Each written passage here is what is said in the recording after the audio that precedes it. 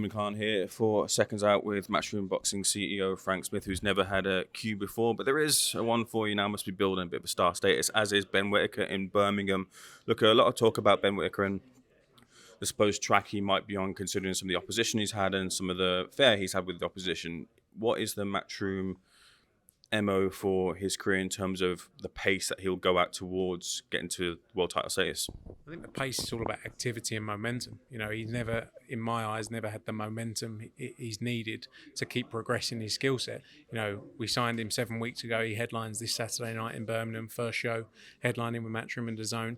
Then it's going to be 12 months. It's going to be another 3 fights next year in 2026, building that, developing that skill set. You know, he's got a great team now with Andy Lee behind him, training him as well. You know, so it's not about focusing on any individual opponents. It's about developing him as a fighter, because this is a long-term game. This isn't just a free fight deal. This is a multi-year contract where we believe he can get to the top of this sport and become a world champion and one of the biggest superstars in the sport as well. You know, so that for us is the focus. Is how do we develop him to put him in that position to win those world titles, to become a unified champion, you know, and he's got to go through the right opponents to do that. So it's not rushed. It's the right steps at the right time. And I'm excited about what the future holds. Does Benn Whittaker activate Birmingham, a area that's been a former hotbed for boxing that needs talent? Is he the talent to really kind of bring Birmingham back to where it once was? 100%, but take away just Birmingham, we believe he can become a global superstar of the sport. You know, when you look at the numbers he generates across the UK, across the US as well, you know, Birmingham is important and he will fight in Birmingham. But after Saturday, you know, hopefully we'll get him out to the US in his next one, then another headline. But he has the ability to sell in venues all around the world, not just in Birmingham. But that's not taking anything away from doing shows here.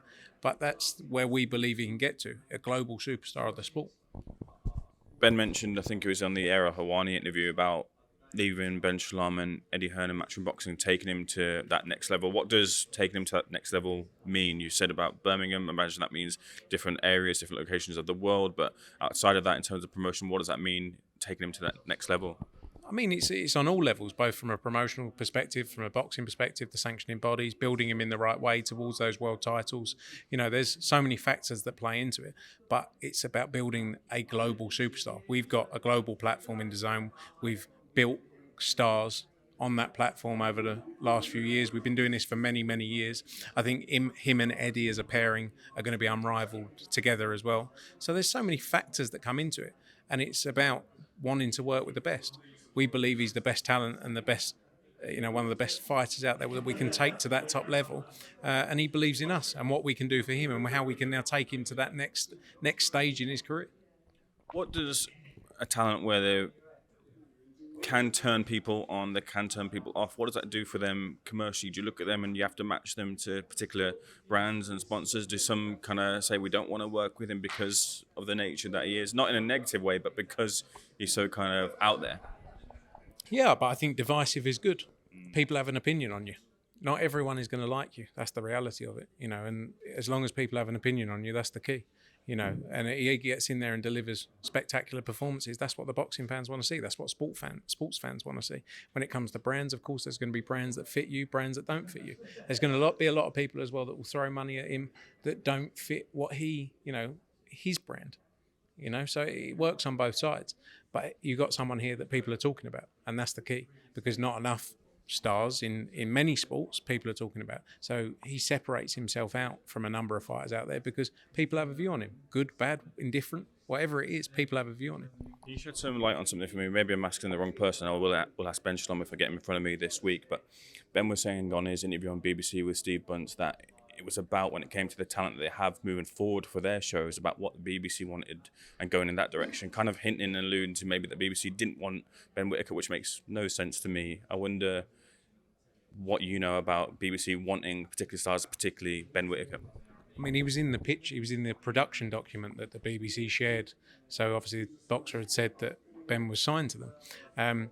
Look, well, he's not going to sit there and go, "That's great news, I'm delighted." He's going to come up with narrative. And look, I get stick for sort of going back. I'm just answering questions that you asked me. But you know, when AJ left Sky, he did an interview and said, "This is good. This is good for the sport." You know, everything that's been negative. You listen to his interviews talking about the BBC boxer relationship. Oh, you know, it's about two sides of the partnership being happy, as if he had something to do with not renewing with Sky, and it wasn't Sky's. But again, like I say, he's not going to sit there and say, I'm delighted Ben Whittaker's left. You know, a wild comment to say, oh, they didn't want it. But you have to ask him. You know, if he categorically says BBC didn't want him, you know, it'll be interesting. I certainly will get in front of him and ask that question. Ask Ben, did they try and extend your deal with you? Happily, not a problem. Just on Sky Sports, murmuring and whispers that they might be returning in January, February time. Have you heard anything? I've heard a couple of things, but I'm not sure how accurate it is. Look, more broadcasters in the sport, as we've always said, is good for the sport. But times change, don't they? You know, it's changed in the US. A lot of broadcasters have left the sport in the US. So I wouldn't be surprised if Sky didn't get back involved. But equally, if they do, great stuff.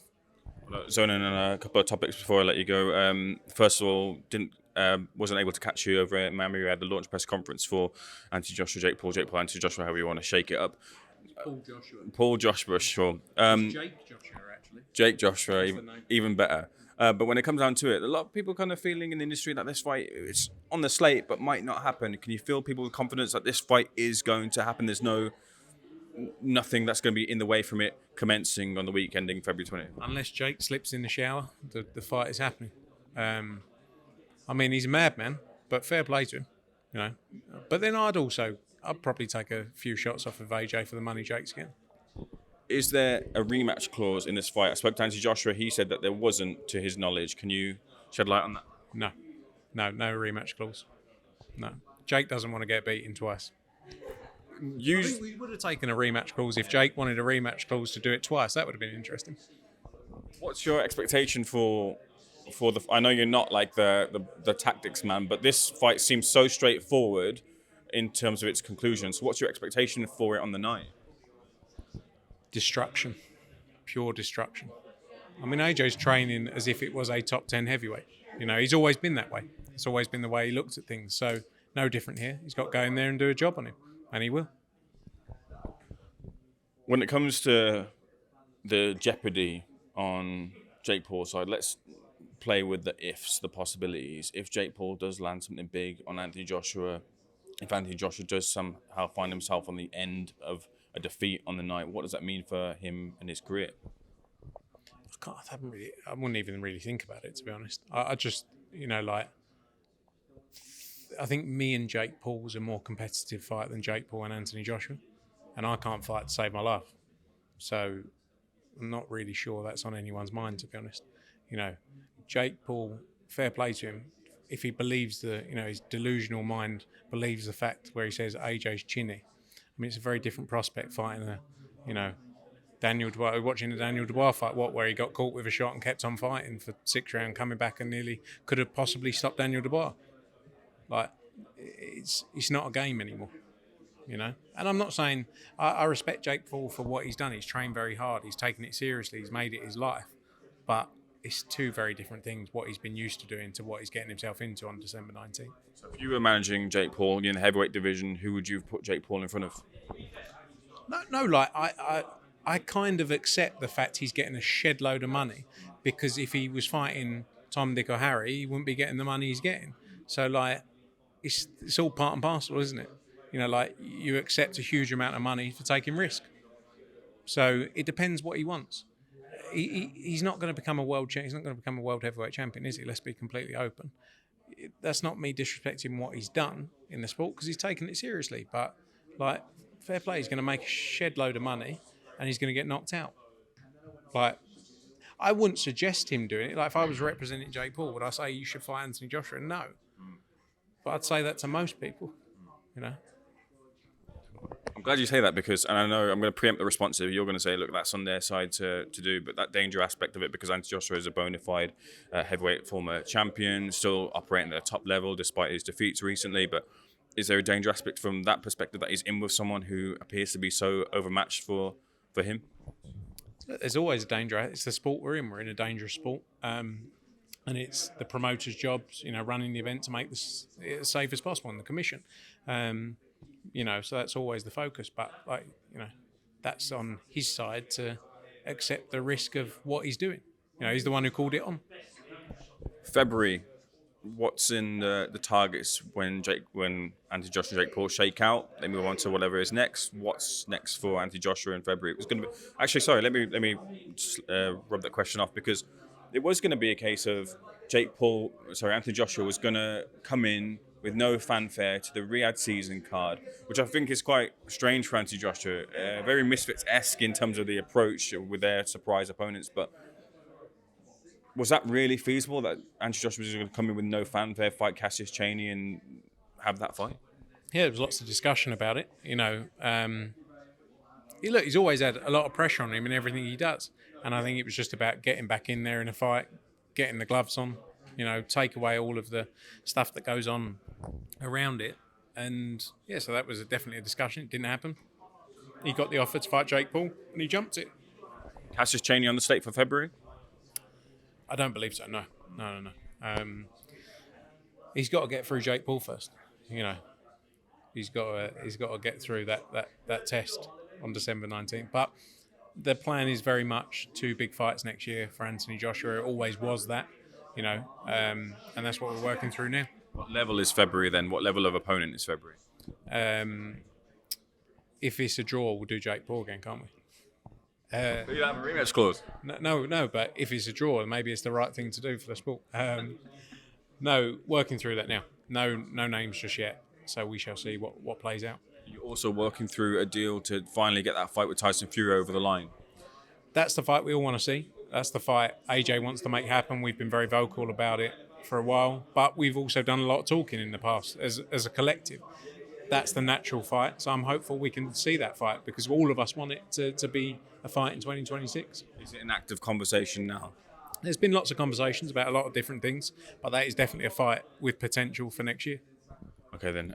Just one final thing to discuss, and I promise I'll get you in the week as well to discuss further things. There's a lot to talk about, of course. But Eubank Jr. versus Conor Benn, discussions about there being a third fight. Apparently, Eubank has come out and said that he doesn't want the third fight unless it's at a higher weight. Is that entertainable from Benn and Matchroom side? Look, Conor's aim is to go back to 147. He's a welterweight fighter, so he's already made a huge jump to go up to 160. I don't see that fight. Look, we're in a mad sport where everything comes down to money, but is that the realistic next step? No. I also, part of me thinks like Chris has done amazing things in the sport. He's made a lot of money. He should, and if what they're saying about his health not being in the best place, should maybe looking to retire from the sport. Who knows? He's 36 years old. He's not young anymore. But let's see what happens. But Conor Benn is very much focused on big fights at 147. You got the bite from, or at least Matchroom got the bite from, Conor Benn got the bite from Devin Haney and Bill Haney. It was Conor when they came back with and said, when is Conor Benn going to win the world title? He's looking for money fights and he needs something before he fights someone of the ilk of Devin Haney, who got some criticism from Matchroom Boxing's Eddie Hearn. I believe it's on Boxing King Media's channel, which has drawn a lot of attention as to the way that Devin Haney fights. Because of Devin Haney's stance, although he said that, but also said he's open to fight anyone. Do you think you can get Devin Haney and Conor Benn in the ring?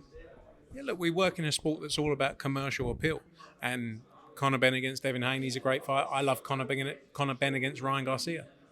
That's a huge fight as well. There's so many big fights to be made out there. So, like Devin can say and Bill can say, what's he done? And has he done what Devin has done? No. Devin's become a 3-weight world champion. He's done spectacular things in the sport. But, Conor's also been involved in 2 mega nights now, and he's in a great position as one of the stars of the sport right now and can call the shots to get himself into big fights. So do I see a fight against Devin Haney happening? For sure it can happen, because it's a big commercial draw for Devin Haney as well, having Conor Benn in there with him. But Conor's in a great place and he can really pick and choose what he wants to do next. He doesn't seem to want to pick the Lewis Crocker fight, which seems the most easiest to make because it's in-house. Do you think you can persuade him to take that fight? I think it's more about he's just come off the back of those 2 stadium mega shows, right, against Eubank. He wants the biggest fights possible. Ryan Garcia and Devin Haney are huge fights. Obviously, Ryan's talking about the Barrios fight, but that doesn't mean that the Conor fight isn't possible, and that's his focus, and I can understand that completely. Crocker's in a great position as well to get himself big fights. He sells a huge amount of tickets. He's IBF world champion. So I do see it. I get it from Connor's side. Obviously, we represent both fighters. So our job is to deliver the best possible opportunity for both guys.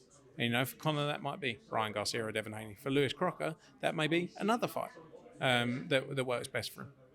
Frank, appreciate it. Thanks for your time.